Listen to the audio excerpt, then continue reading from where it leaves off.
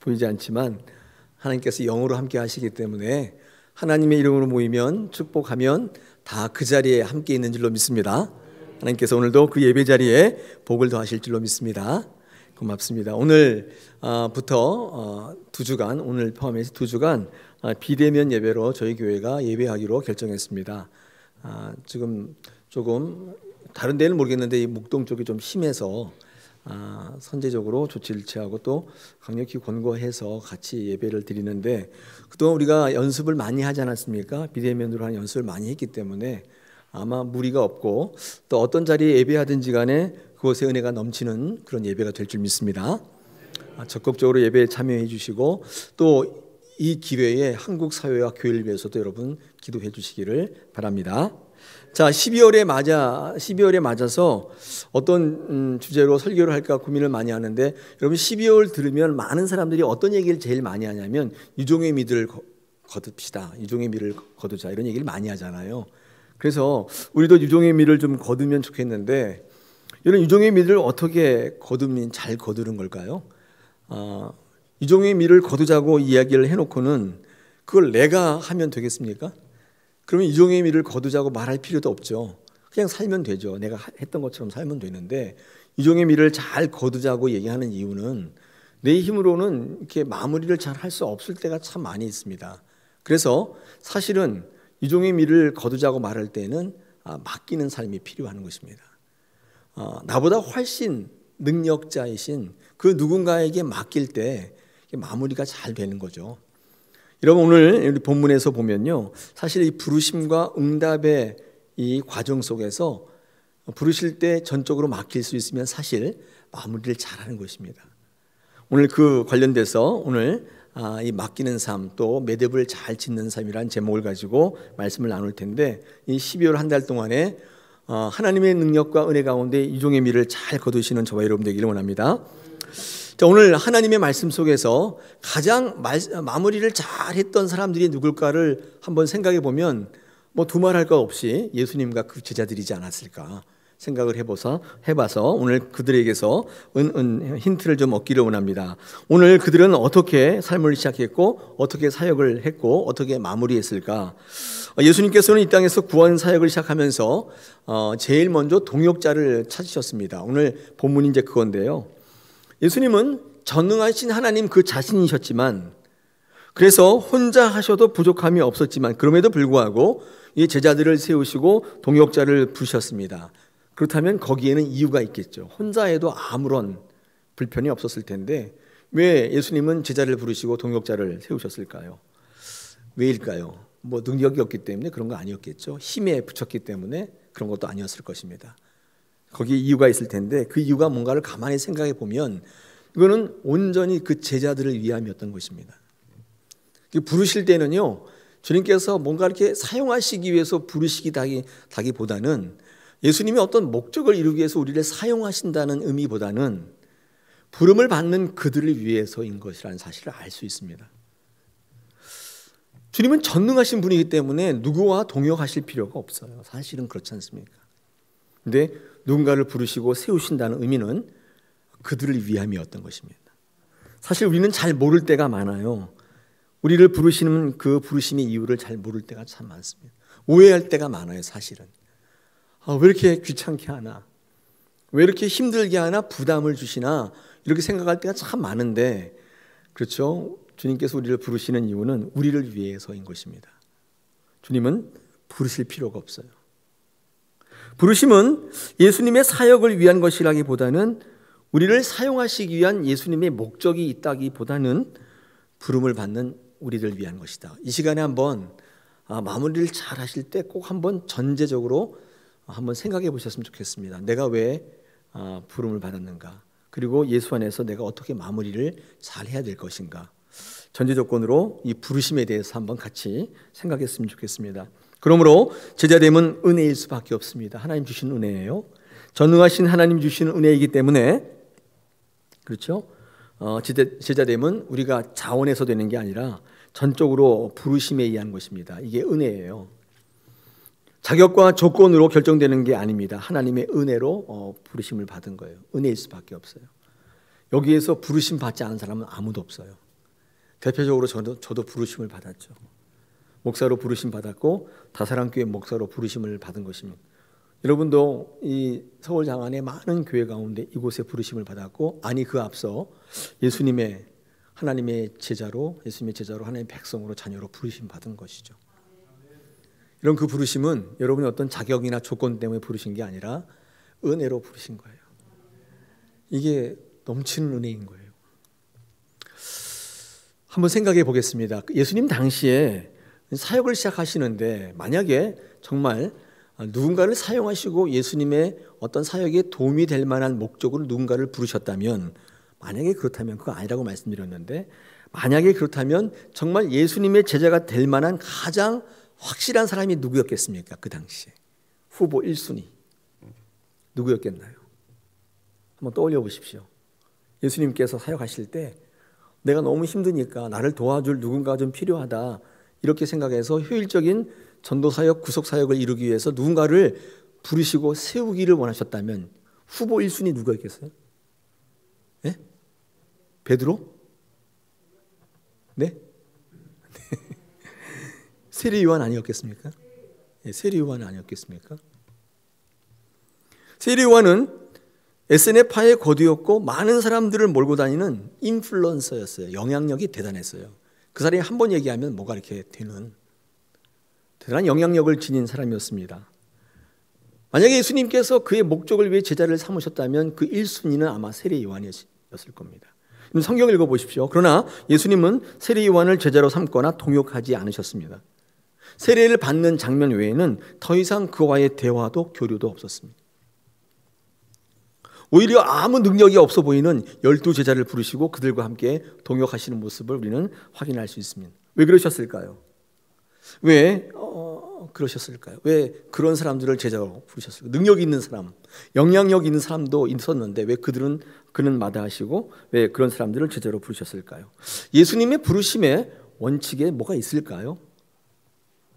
여러분, 이에 대해서 사도 바울이 콕 찍어서 얘기한 부분이 있습니다. 고린도전서 1장 26절에서 29절을 보니까 사도 바울이 예수님의 부르심에 대해서 다음과 같이 이야기합니다. 형제들아, 너희를 부르심을 보라. 육체를 따라 지혜로운 자가 많지 아니하며 능한 자가 많지 아니하며 문벌 좋은 자가 많지 아니하도다. 그러나 하나님께서 세상에 미련한 것들을 택하사 지혜 있는 자들을 부끄럽게 하려 하시고 세상에 약한 것들을 택하사 강한 것들을 부끄럽게 하려 하시며 하나님께서 세상에 천한 것들과 멸시받는 것들과 없는 것들을 택하사 있는 것들을 폐하려 하시나니 이는 아무 육체도 하나님 앞에서 자랑하지 못하게 하려 하심이라.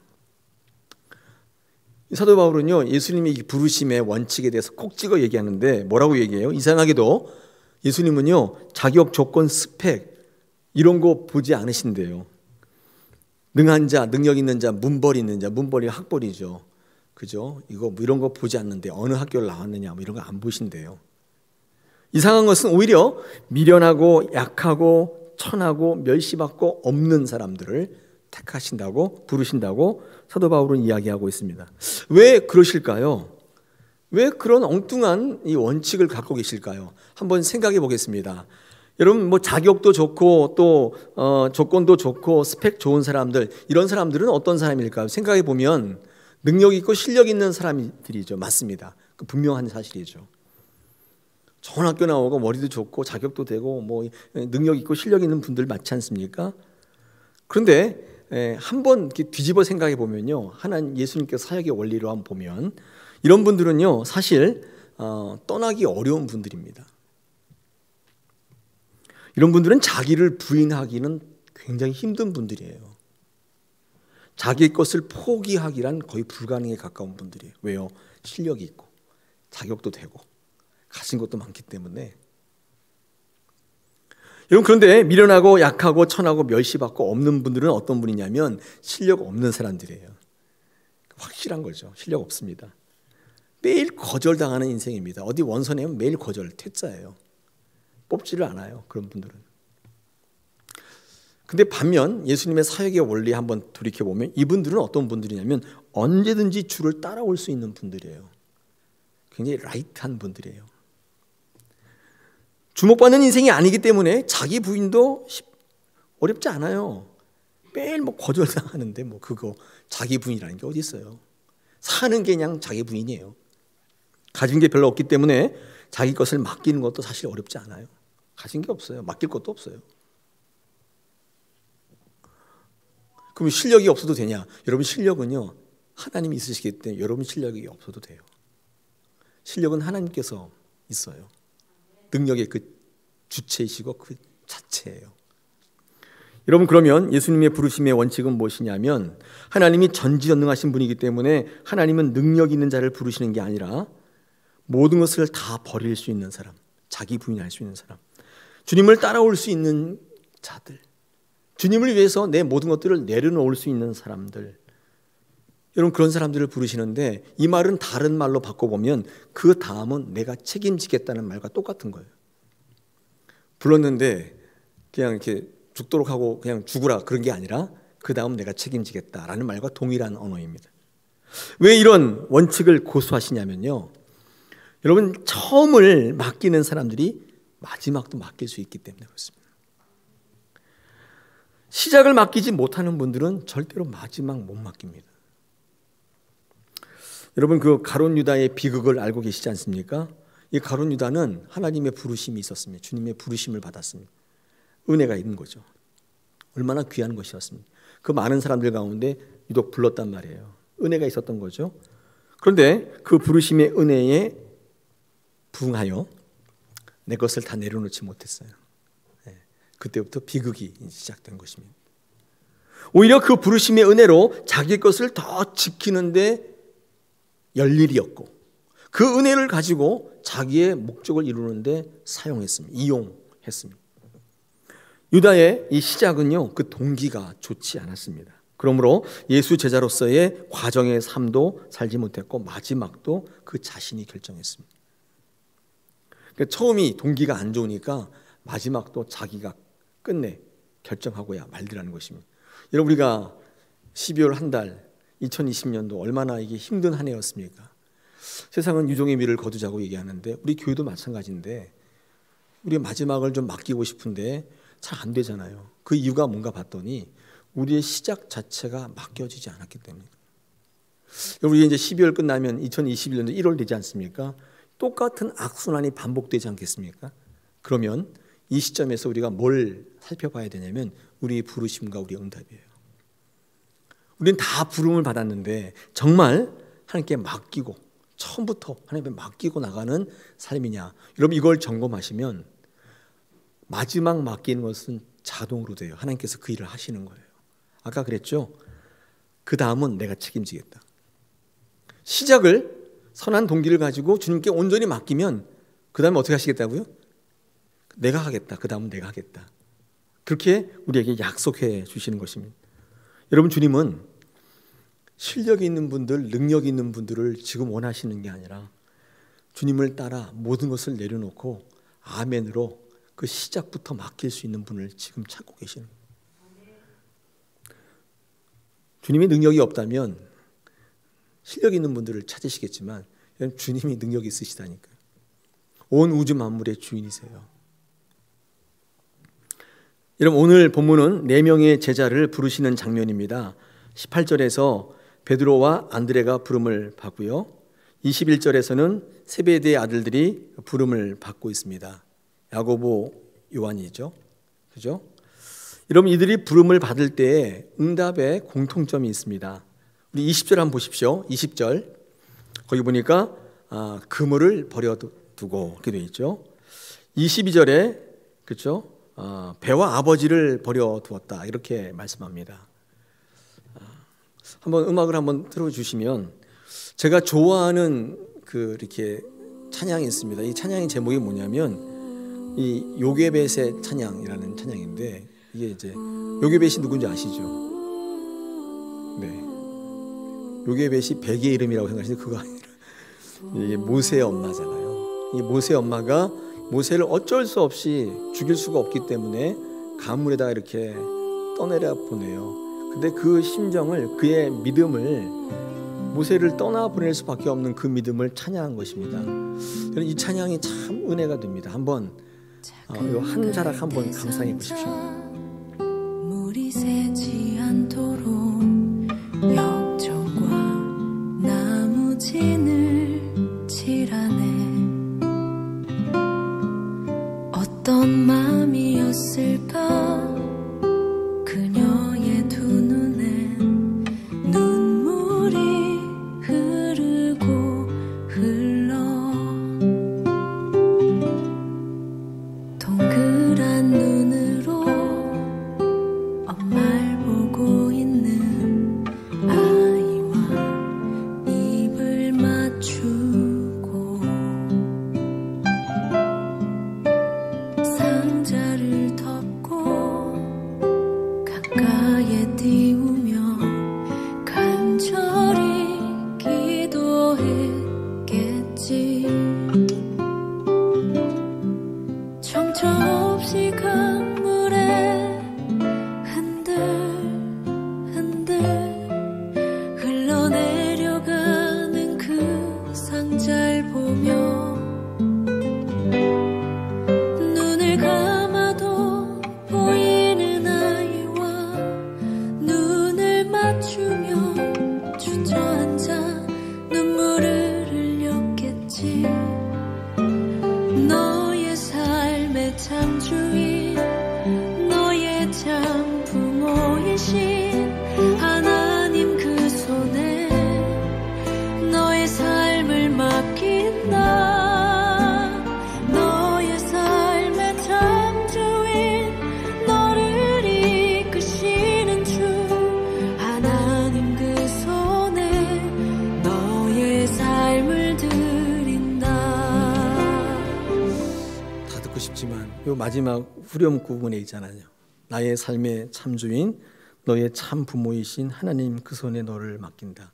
이 요게벳이 모세에게 한 말입니다.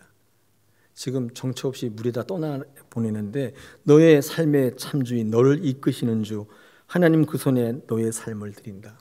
이 요게벳의 찬양인데, 그렇죠, 이게 맡길 수 있을 때 여러분 모세가요 능력이 시작되고 있다는 사실을 알 수 있습니다.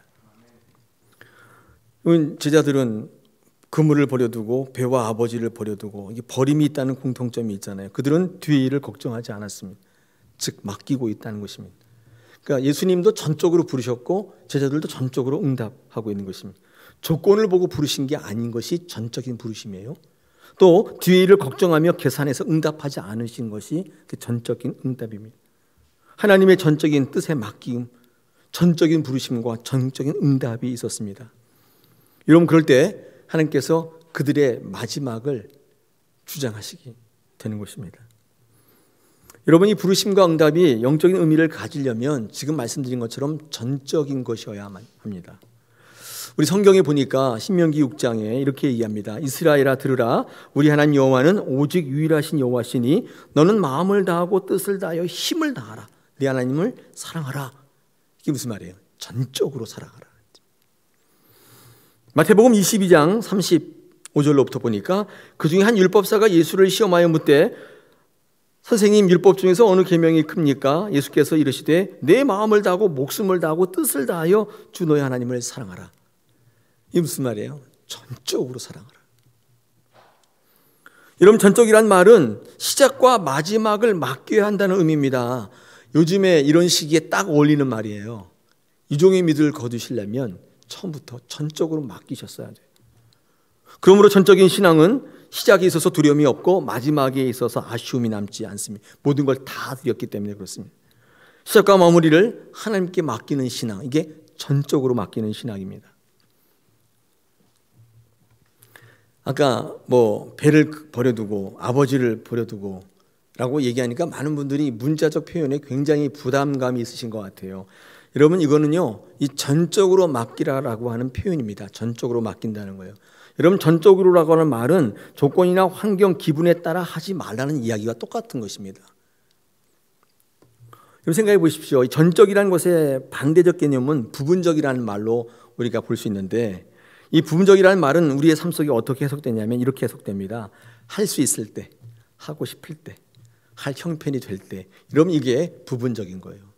전적인 것이 그의 반대말이라면 성경은 그걸 뭐라고 얘기하냐면 때를 얻든지 못 얻든지 이렇게 얘기합니다.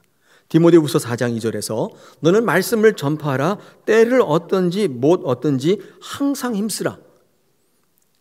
상황이 되니까 하고 안 하면 안 하고 이렇게 하지 말라는 거예요. 전적으로 하라는 거예요. 여러분 정말 문자 그대로 생업을 때려치고 부모님 갖다 버리고 그런 얘기가 아니라 하나님 앞에 나올 때 전적으로 하셔야 됩니다. 부분적으로 하시면 안 된다는 거예요. 여러분 다윗이 성경에 돋보이는 이유는 그의 삶이 전적이었어요. 사울왕은 괜찮은 사람이었는데도 돋보이지 않은 이유는 그는 부분적이었어요. 하고 싶을 때 했어요. 자기가 판단해서 했다는 거예요. 제가 설교 말씀 때 여러 번 말씀을 나누면서 이게 불순종이라는 게 순종 안 하는 게 아니로구나. 자기 하고 싶을 때 하는 거로구나. 그 사실을 알게 된 거예요. 그래서 이 전적이라는 말을 비로소 이해하게 됐습니다. 저도 부담이 있었어요. 부모를 갖다 버리라니 이거는 어떻게 된 거야? 근데 그렇게 요구하시는 게 아니에요. 하나님 앞에 나갈 때 부분적으로 하시면 안 돼요. 전적으로 마음을 다하여 하나님 앞에 나가시는 것입니다. 우리 모두는 자칭 타칭 주님의 제자로 자부심을 갖고 있지 않습니까? 그럼에도 불구하고 무력한 삶을 살고 있다면 여러분 우리 부르심과 응답을 살펴보실 필요가 있습니다. 부르심에 전적으로 응답하지 못하고 있는 것은 아니거든요. 전적으로가 아니라 부분적으로. 부분적으로의 퍼센티지가 크면 클수록 전적으로라고 생각할 수 있지만 그렇지 않습니다. 오늘 제자들은 부름을 받을 때 어떤 마음이었을까요? 모든 것을 다 버리고 쫓았습니다. 이 말씀은 뭐냐면 교양을 쌓으러 온 게 아니에요. 내 마음에 수양하러 온 게 아니에요. 취미 생활하러 온 게 아니란 말이죠. 그들이 주님의 부르심을 받았을 때 그의 각오와 결단은 뭐였냐면 전적인 거였습니다. 내 삶을 전체를 드리는 거였습니다. 주님은 제자들을 어떤 의미로 부르셨겠습니까? 오늘 본문에 보니까 너희를 사람을 낚는 어부가 되게 하시겠다. 우리 19절에 보니까 이렇게 말씀하시면서 이 제자들의 변화를요, 대충의 변화를 예고하시는 게 아니라 본질을 바꿔버리시겠다고 말씀하신 거예요. 존재 의미를 새롭게 하시겠다. 주님도 그들을 부르실 때 이게 대충 이렇게 하시겠다는 게 아니라 너의 자체를 바꾸시겠다. 이렇게 모든 것을 다 쏟아부으시면서 그들에게 변화를 예고하신 것입니다. 할 수 있으면 하고 그렇지 않으면 안 하겠다 그런 게 아니었습니다. 예수님도 전적이셨고 제자들도 전적으로 응답했습니다. 여러분 예수님의 이 부르심은 그래서 명령이요 선포였습니다. 와줄래? 좀 해주면 안 되겠어? 이렇게 얘기하신 게 아니에요. 부탁한 게 아니에요. 오고 싶으면 오고 말고 싶으면 말라는 게 아닙니다. 이 부르심은 명령이었습니다. 그때 그들이 맡기기 시작한 거예요. 부르심은 내가 원해서 하는 게 아닙니다. 하나님 먼저 부르신 것이잖아요.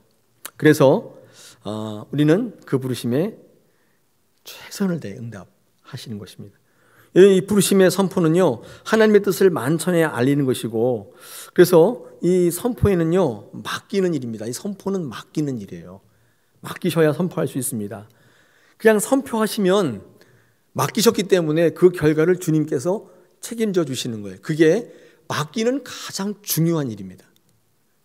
맡기는 걸요, 유종의 미를 내가 거두게 하는 게 아니에요. 한번 생각해 보세요. 유종의 미를 어떻게 거두어요? 사람들은 다 그렇게 얘기하잖아요. 그러면 내가 열심히 살펴서 더 열심히 해서 유종의 미를 거둔다면 그런 말 할 필요도 없다 그랬어요. 그냥 열심히 하시면 돼요. 그러나 우리가 할 수 없는 일이에요.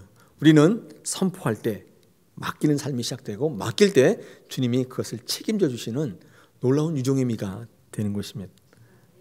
저희 교회가 올해는 못했습니다만은 청년부 단기 선교가 있지 않았습니까? 제가 전에 있던 교회에서부터 그런 생각을 참 많이 했고 우리 105 비전 또 선교의 비전으로 세우면서 우리 청년들이 젊은 아이들이 이 선교하는 청년이 되었으면 좋겠다 그런 마음이 있었습니다. 요즘 애들이 얼마나 불쌍해요. 집, 학교, 직장 여기만 왔다 갔다 하면서 또 취직 못한 아이들은 도서관으로 독서실로 왔다 갔다 하면서 그 20대 황금 같은 시기를 다 보내고 있는데 그런 청년들 보시면 좀 안타깝지 않으세요? 제가 전에 교회에서 외국에 자주 나가면서 보면서 아이들에게 넓은 세상을 좀 보여줬으면 좋겠다. 그리고 돈을 벌기 위해 사는 인생만 있는 게 아니라는 사실을 알게 하고 싶다. 이 세상에 얼마나 가치 있는 일이 많은지 생명을 살리는 일이 얼마나 많은지 그걸 좀 보게 하고 싶다. 그런 하나님께서 비전을 주셨습니다. 그래서 저 다사랑교회 와서 그냥 선포만 한 거예요.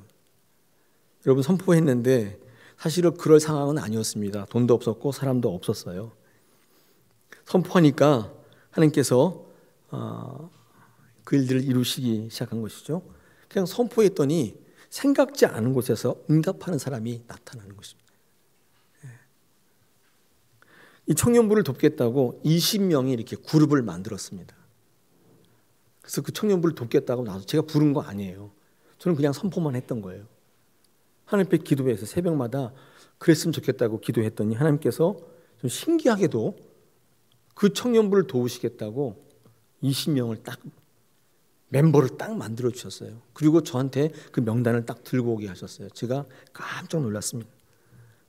선포하시면 바뀌시는 거예요. 그 다음엔요, 하나님께서 유종의 미를 거두게 하실 건데 하나님의 역사가 진행될 것입니다.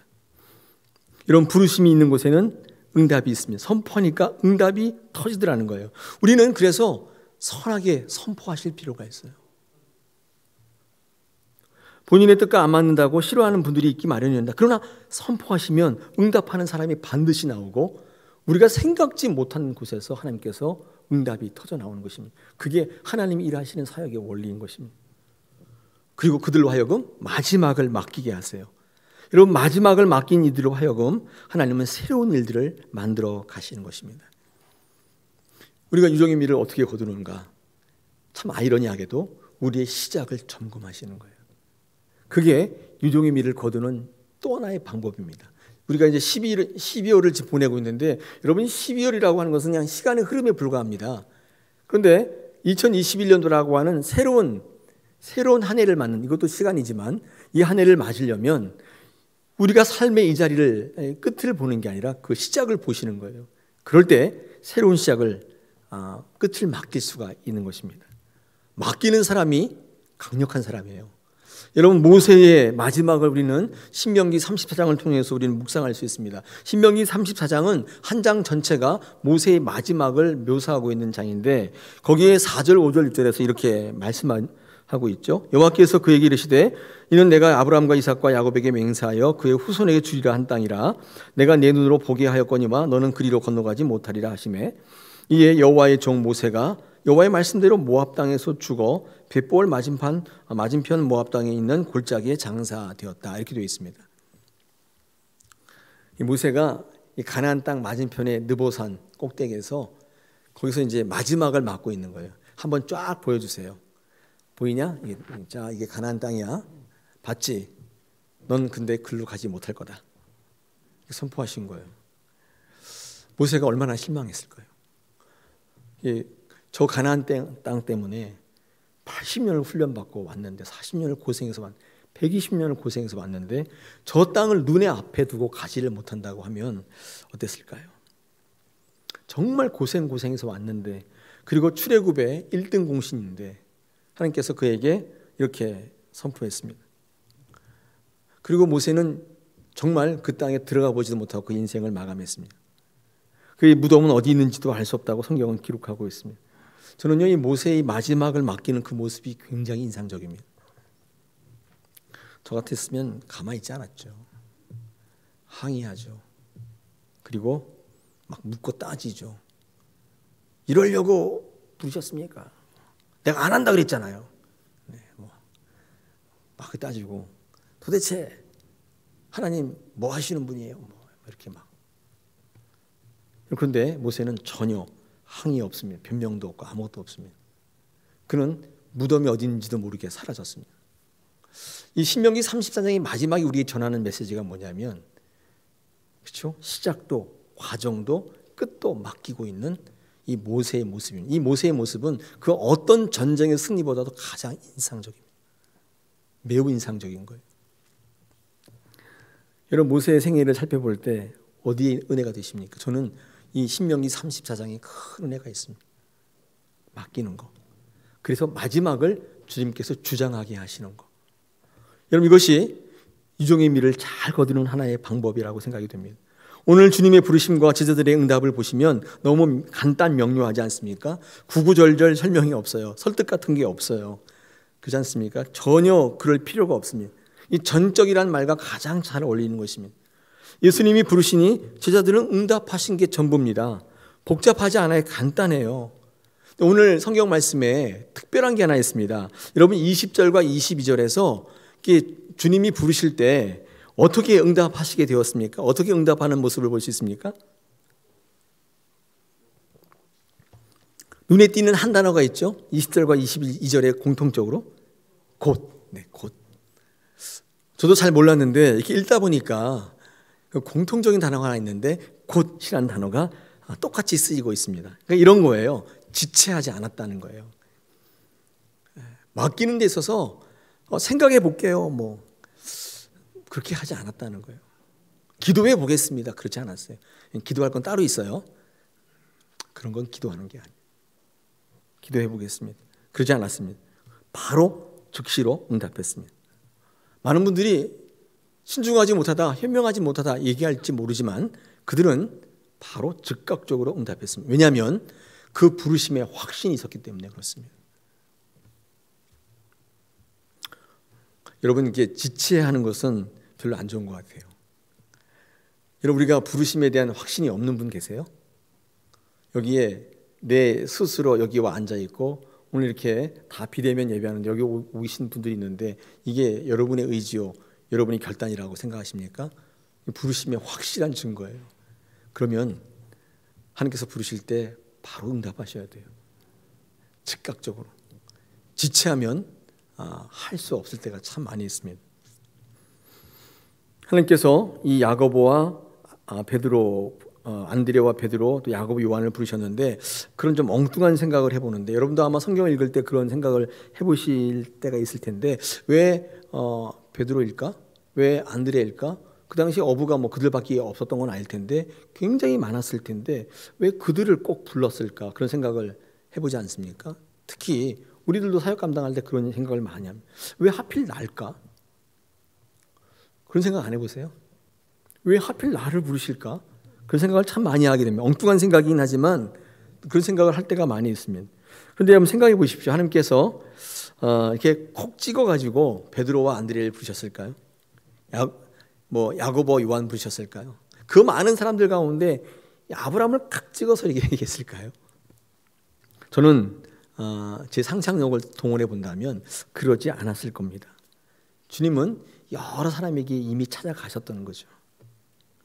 근데 베드로와 안드레, 야고보와 요한만 그렇게 응답한 거예요. 곧. 아브라함만. 너 갈 길을 알지 못하지만 떠나라 했더니 다른 사람들은 다 이렇게 얘기했어요. 한번 생각해 보겠습니다. 명함 만장 주세요. 제가 연락드릴게요. 그렇게 했던 건데 아브라함만 떠난 거예요. 여러분, 마리아에게 천사가 나와서 수태를 고지합니다. 내가 내 태를 좀 써야겠다. 왜 하필 마리아만 콕 찍어서 얘기해요? 마리아가 억울하게. 그런 게 아니에요. 이미 다 가본 것 같아요. 이분에게도 가보고 저분에게도 가보고 다 가서 야, 너네들이 그렇게 갈망하는 메시아가 올 텐데 내 태를 좀 써야겠다 했더니 안 돼요. 저는 기도한 죄밖에 없어요. 왜 하필 접니까? 이 세상에 수많은 여자들이 많은데 저는 결혼도 안 했어요. 제가 지금 임신을 하면 저 죽어요. 저 다시 기도 안 할게요. 제발 저한테 그렇게 하지 마세요. 다 그랬던 거예요. 근데 마리아만 제 태를 쓰십시오 했던 거죠. 여러분, 그건 뭐예요? 부르심에 응답한 것은 맡긴 거였죠. 그때 하나님께서 마리아를 이상한 여자 만드셨나요? 세상에 가장 존귀한 여인으로 높여주셨어요. 여러분, 이 땅에 가장 존귀한 여인 누구예요? 마리아 아니에요. 마리아. 처음과 시작과 과정을 맡기니 그 마지막을 높여주십니다. 이게 유종의 미 아니에요? 여러분, 이게 하나님께서 우리에게 요구하시는 마무리 아닐까요? 여러분, 부르심에 또 응답은 맡기는 것입니다. 맡길 때 책임져 주십니다. 마리아, 베드로, 요한의 마무리는 그들이 한 게 아니에요. 하나님께서 하신 거예요. 가장 이상적 마무리였어요. 그들은 마무리를 그들이 하려고 하지 않았어요. 그냥 처음을 맡겨드린 거예요. 그리고 그 과정을 충실히 살았어요. 그랬더니 하나님께서 책임져 주시더라는 것입니다. 사랑하는 여러분, 우리 2020년도 12월 달 뭐 한 달 남았다는데 그게 무슨 의미가 있겠어요.